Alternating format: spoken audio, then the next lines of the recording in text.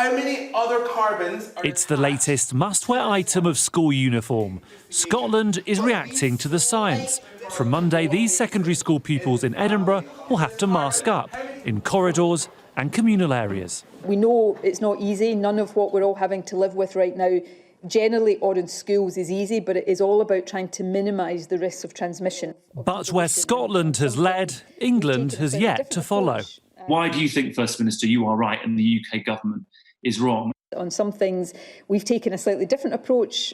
Sometimes that's only been for a period of time, and the government that has taken a decision first has been followed at some stage by other governments. We'll see if that turns out to be the case on face coverings in schools.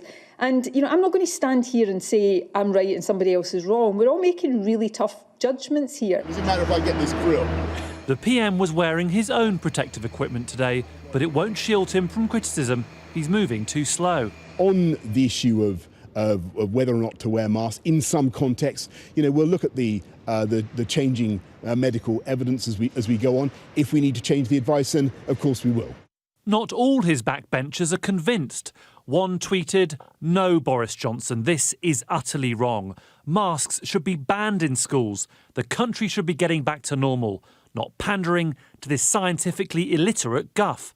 The scientists, unsurprisingly, disagree. Decisions in the schools are something that should be made by the local authorities in conjunction with the teachers and the parents in each area, because what you need to be very aware of is what is the transmission status, what is actually going on in your community.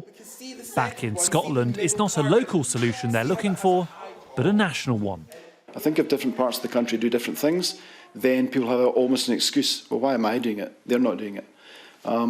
So yeah, particularly when you're on one island, I get it, different nations, different priorities, but I would like to see a more consistent message. You're mind a lead? Yeah, there is a lead. What Boris Johnson's government had ruled out, they are now considering.